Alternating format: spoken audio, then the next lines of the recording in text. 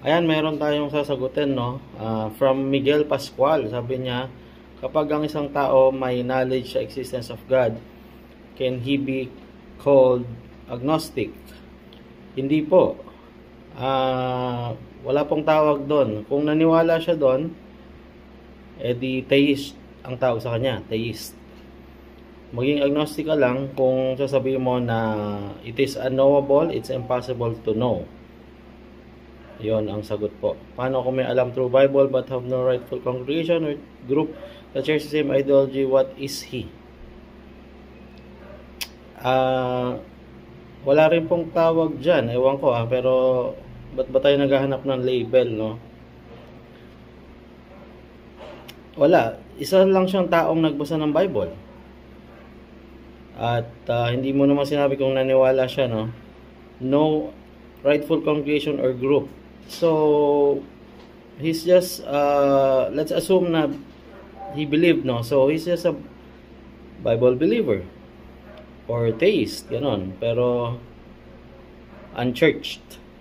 Yan. So, sabi pa niya, me personally, I'd rather be called Christian rather than agnostic.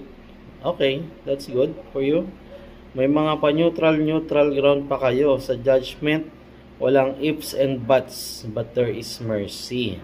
Ayan ang mali, Brad. Kung invalidate mo na may neutral ground, tapos ipapasok mo yung judgment na walang ifs and buts, that's imposing your belief to other people, proselytizing and invalidation ng standang iba. Kasi para sa iba, neutral talaga, agnostic, kasi nga unknowable. Hindi sila naniwala sa judgment unless meron kang mapapakitang empirical evidence or something like that para paniwalaan siya. Pero kung nakasulat lang, basahin mo rin po yung ibang libro para fair. And marami pong sinasabi doon, hindi lang judgment, meron ding iba't iba, and puro fiction po yun. There is mercy. We are assuming na merong ganon judgment in the first place and that there is mercy. What if wala, Brad Miguel?